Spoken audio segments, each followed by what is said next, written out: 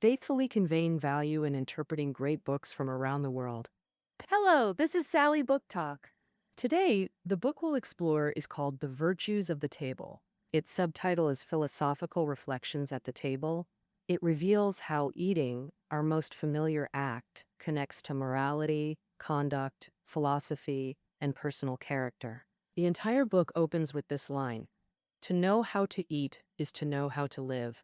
Eating and living are obviously closely connected. There's a famous English proverb: eat to live, but don't live to eat. It means we should pursue higher aspirations beyond appetite, and that knowing how to eat means knowing how to live. Here, life isn't mere survival, but how to live well and fulfill one's life. Hearing this, you might wonder, is eating really that crucial? Why can diet reach moral significance, reflecting life attitudes and values? This book offers unexpected answers. The author is Julian Baggini, a renowned British philosopher with a PhD. He's an acclaimed writer contributing to The Guardian, The Times, Financial Times, and a regular BBC guest. This philosophical essay collection has 23 sections, following food's journey, from ingredient selection, cooking, serving to tasting. It explores hundreds of issues: organic food, seasonal produce, recipes, dining etiquette, savoring meals, diet willpower, and more. Each chapter starts with personal stories or food phenomena, expanding into their moral significance. All right, I'll highlight key insights. First, what philosophical reflections do food labels inspire?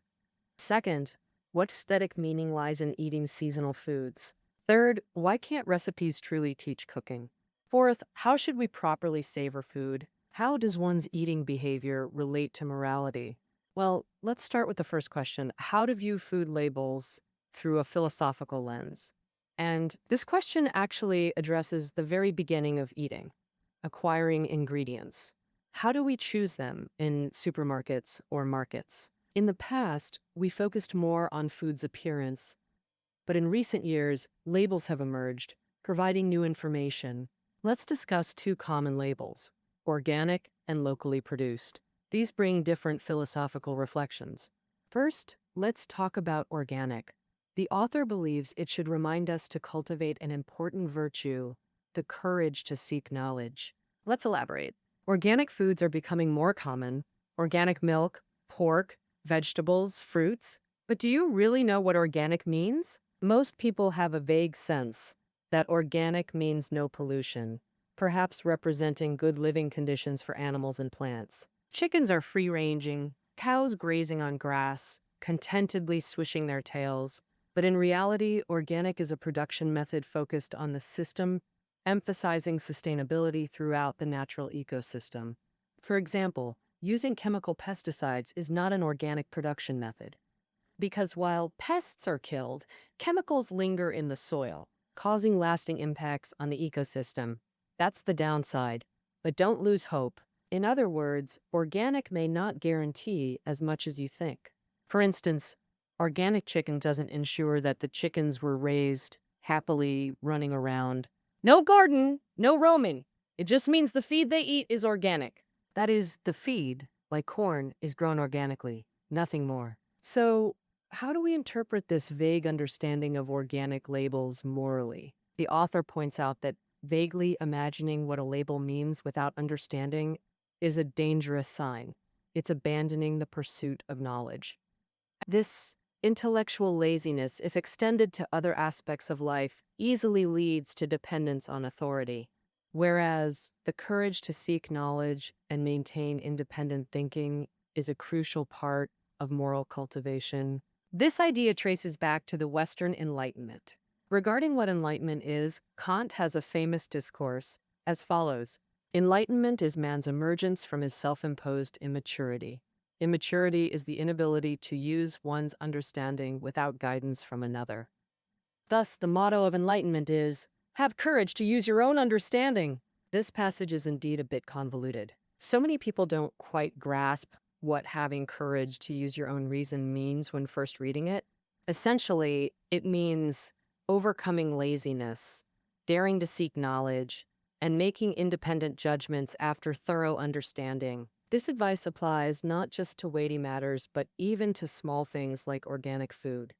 In other words, if your fantasy about organic exceeds what the label actually represents, then buying organic is just about feeling satisfied. As long as I can afford it, I don't need to think, I just want to feel good. This kind of assumption driven misunderstanding also appears in a food certification issued by the EU. Now, it's called Protected Designation of Origin Certification. Very popular in Europe, it regulates a food's place of origin, commonly seen with cheeses. For example, Gruyere cheese, a Swiss classic, has Protected Designation of Origin certification. Gruyere is a small village in Switzerland. This certification means only cheese produced there can be called Gruyere. Even if the same cheese-making method is used elsewhere, it can't bear that name. To draw an analogy, if Old Beijing yogurt had this certification, only yogurt from Beijing could be called Old Beijing yogurt. Yogurt from elsewhere, even if the same solidified type, couldn't use that name, similar to Shandong red Fuji apples or Liuzhou river snail noodles. This certification exists because for agricultural products, origin is a holistic system hard to replicate. You can copy Gruyere's recipe, but you can't fully duplicate local humidity, temperature, the grass sheep eat, all conditions affecting the product. Yet, many misunderstand this certification too. People might not realize it only regulates origin, not other aspects, including production methods. For example, Pecorino Romano, a sheep's milk cheese originally made by the Romans. Under Protected Designation of Origin rules, sheep milk production and cheesemaking must occur in designated regions, but there are no regulations on production methods. In other words, these cheeses aren't crafted as imagined, like in films with locals in traditional attire, milking animals and grinding stones using ancient methods. What you're likely getting is mass-produced. While mass production doesn't equate to inferior quality, clearly, this certification doesn't guarantee traditionally made cheese. If organic and origin certifications remind us to cultivate an important virtue, courage to seek knowledge, let's discuss another common label, locally produced. The author notes this label not only reminds you to avoid assumptions, but also helps steer clear of narrow nationalism. How? You'll see Australian milk, French milk, and locally produced fresh milk in supermarkets. Surveys cited show over half of U.S. consumers prioritize local over organic food, believing local ingredients travel shorter distances, aren't frozen, thus fresher, and generate fewer emissions. But this is a misconception. Local doesn't always mean fresher, tastier, or more sustainable. Take New Zealand butter. New Zealand is thousands of miles from most countries, so you might assume it's less fresh than local butter, with shipping emissions, right? Yet UK butter production emits nearly 3,000 kilograms of CO2 per ton versus New Zealand's under 1,500, including transportation. Environmentally, New Zealand's climate allows year-round outdoor grazing for butter production. And this means minimal energy input for production. Moreover, container ships are globally efficient. One sailing China-Europe emits CO2 equivalent to a 200-kilometer European truck haul. A bottle of French wine shipped from Marseille to New York might have a lower carbon footprint than one trucked from California. New Zealand butter could be greener than British butter. While local seems another assumption-driven misconception, the author raises a moral concern. Obsession with local can breed narrow-mindedness, trapping people within their native culture. An extreme case, Mussolini imposed wheat tariffs to force Italians to eat only domestic crops. The author cautions that benign hometown pride and harmful divisive nationalism often share a subtle boundary. All right, that concludes our first topic. When choosing ingredients, you need proper discernment. With labels like organic or local, dare to seek knowledge, avoid narrow views, and cultivate this thinking as vital virtue. Okay, now to our second question. What moral significance lies in eating seasonal foods? When entering supermarkets, seasonal foods are easily spotted. Though greenhouses provide year-round availability, many foods like strawberries, watermelons, and raspberries remain distinctly seasonal. But many believe seasonal foods taste better, and rightly so. Strawberries naturally harvested around June surpass winter greenhouse ones in flavor. Nature provides ideal growth conditions, outmatching energy-intensive methods like heated greenhouses or fertilizers. But the author urges deeper philosophical reflection on seasonal eating. Focusing only on flavor misses its full value. Eating seasonally shapes core values, alters time perception, and reveals life's impermanence and cyclical nature. The author first explores aesthetics. Scarcity heightens appreciation. Seasonal eating's key beauty lies in intensified experience. Knowing something's availability is fleeting amplifies the joy of savoring it. Like, watermelon's only in summer, so there's that gap. After 9 months, tasting watermelon again makes it seem richer and more flavorful. On the flip side, if you eat too much, even the tastiest thing becomes dull. The author says one year, strawberries appeared early in stores. Worried they'd vanish fast in summer, he bought tons. But that year, thanks to plastic greenhouses, strawberries lasted all the way to late September. Yet, after overeating them that year, he lost interest when they returned the next season. Beyond building appreciation, eating seasonal has another big meaning for modern folks. Life's getting too samey. Monotony and repetition rule. With AC and heaters, homes and offices stay comfy year-round. City plants stay green always, and jobs that clearly show seasonal shifts are rare. In this sense, seasonal foods help us feel life's changes, making each day stand out. It breaks the monotony, bringing things to life. The author adds that a seasonal veggie patch can reshape how you experience and see time. And that's a fascinating point. Why? Fruit trees take years to mature. Vines take longer. They shift your mindset to weeks, months, years, unlike the office's seconds and minutes. In the author's view, sharp seasonal awareness is also a virtue. This exists in many cultures. Japan has mono no aware, meaning awareness of life's impermanence. Plants bloom and fade. Everything has joys and sorrows. Life-death cycles are natural. Nurturing this insight is key to understanding life. The author argues this is the best reason for seasonal eating, way beyond just taste or eco-friendliness. Okay, that's our wrap on question 2. Eating seasonal's not just for flavor. It builds food gratitude, seasonal smarts, and life's fleeting nature wisdom. All super valuable. Now, let's move to the third question. Why do recipes actually distance people from the essence of cooking? We've covered ingredient sourcing earlier. Now we're moving to cooking the food. Here, the author presents a surprising view. He thinks many people can't cook not because they lack recipes. On the contrary, having too many recipes can actually lead them astray from the essence of cooking. Because the essence of cooking isn't about following instructions. It's about developing a personal feel for food. This requires not just extensive practice, but also a mindset that approaches problems through practical thinking. He first points out a concerning phenomenon. In developed countries today, fewer people know how to cook. Though the author is British, and Britain is often criticized for its food, his uncle and aunt in Italy say that vegetarian and frozen foods are selling like hotcakes in local supermarkets. People are cooking less and less. Many think we need cookbooks to relearn cooking, but the author believes this would backfire. The problem lies in the concept of recipes itself. Why? The author says that for most people, recipes are rigid rules. Turning cooking into following instructions reduces the decisions they need to make. For a chef, this actually weakens their cooking skills. In other words, relying on a piece of paper instead of, developing a feel for food distances you from the essence of cooking. People can't cook, not because they lack recipes, but because they're too dependent on them, relying on others' instructions. Without recipes, they're lost. But if you have a feel for food, it's very different.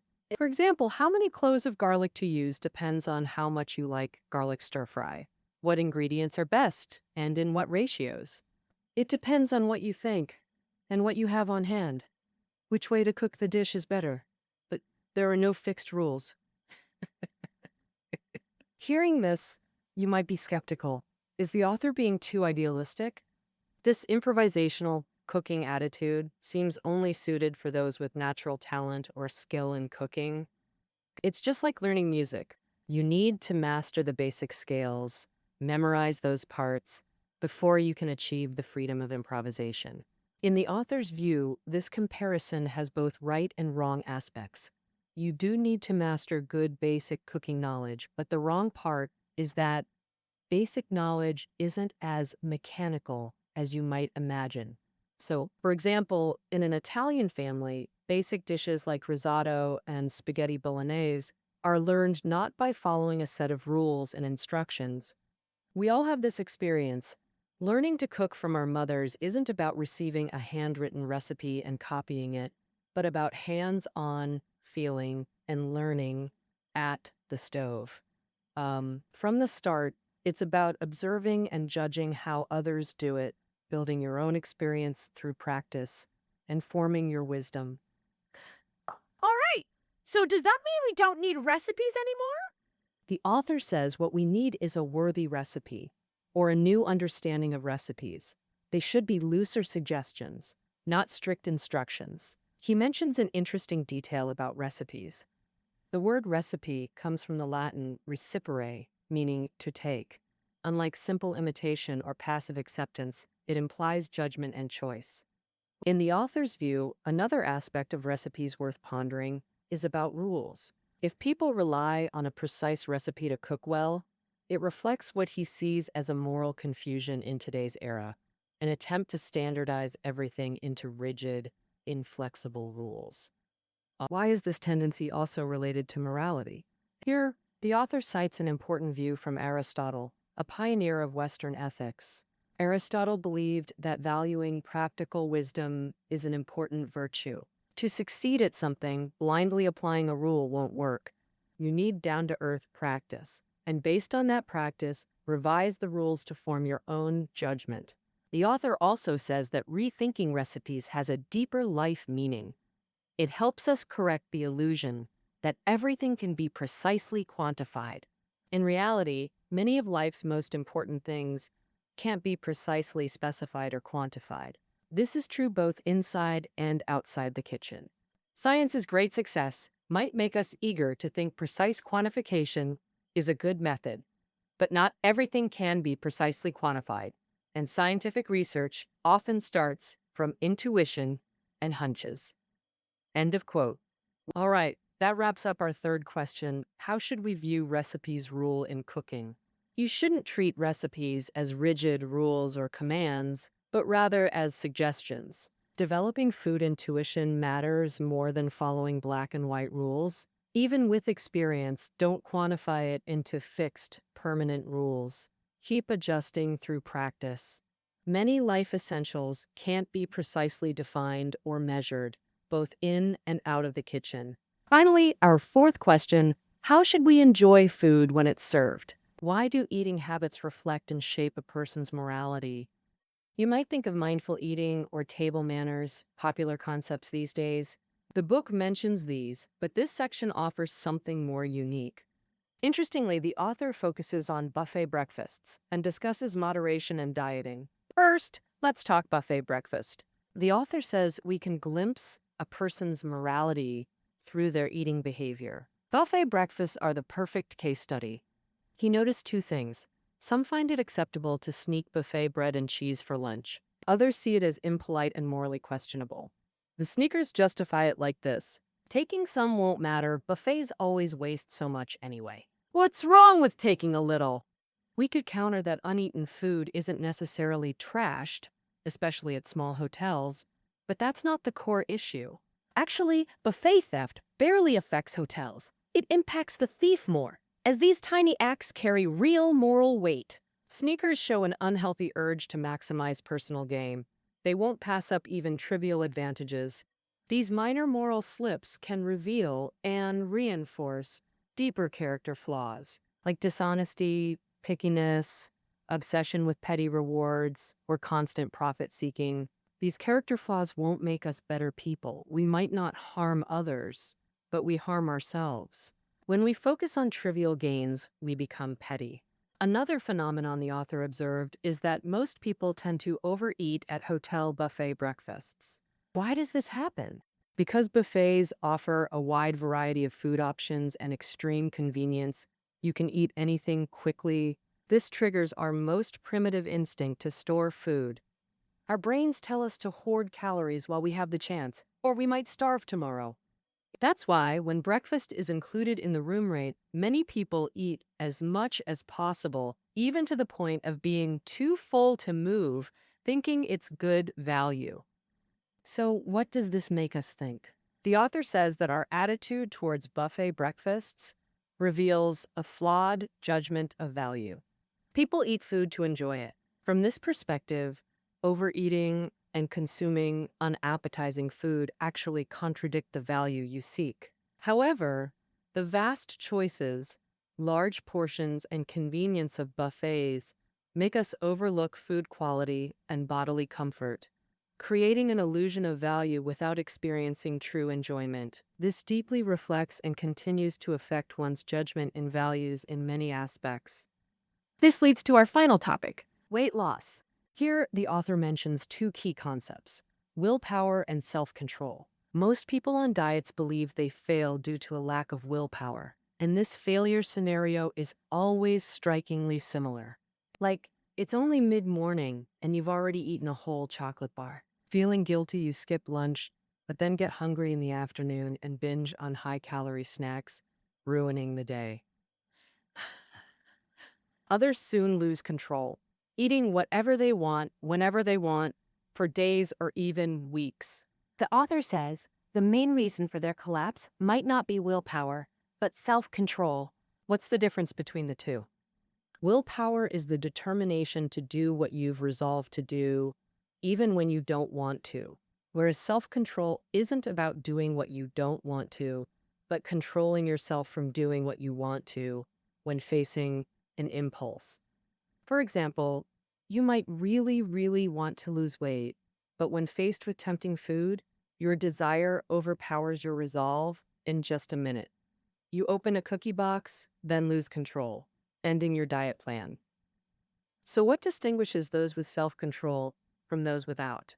What creates that difference? The author believes it stems from thought patterns, closely linked to mental habits and cognitive approaches. For instance, successful weight loss isn't about hating food or avoiding temptation, but having a holistic decision-making mindset. They clearly understand their overarching goals and priorities, enabling sound choices when tempted. Many fail because they don't grasp the big picture. They think they must lose weight, but also believe one cake won't hurt or don't be too strict, then break their rules. True, one cake doesn't ruin everything. Using oil in one meal or eating cake today doesn't determine your ultimate success. Single choices seem insignificant, but accumulated, they sabotage your bigger goals. Considering the big picture, you can't make arbitrary small decisions, or success becomes impossible. Beyond holistic thinking, the author examines desire itself. He introduces a concept called urge surfing.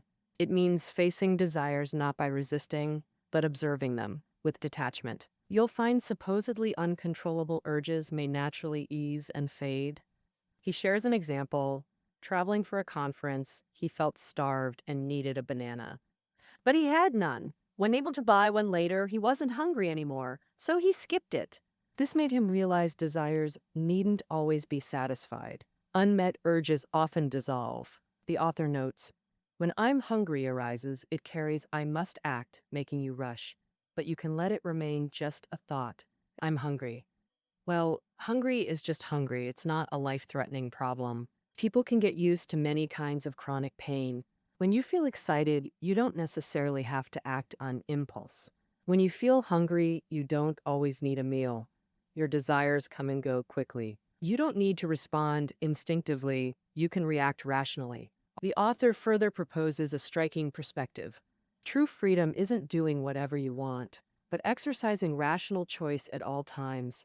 Accept this view, and it will transform not just your diet, but your entire approach to life. All right, that concludes our highlights from this book. The author shares that The Virtues of the Table draws inspiration from a pioneer of Western ethics. The philosopher Aristotle, this ancient sage, realized that to live well, mere reasoning isn't enough. We must refine our character to naturally do what's right. In this sense, daily life isn't just the best path to self-refinement, it's the only path. And eating, as life's core activity, is this training ground. Our dietary habits shape our morality because how we eat both reflects and molds our conduct. All right, that's our exploration of the virtues of the table. Show notes are below the audio. We'll see you next time.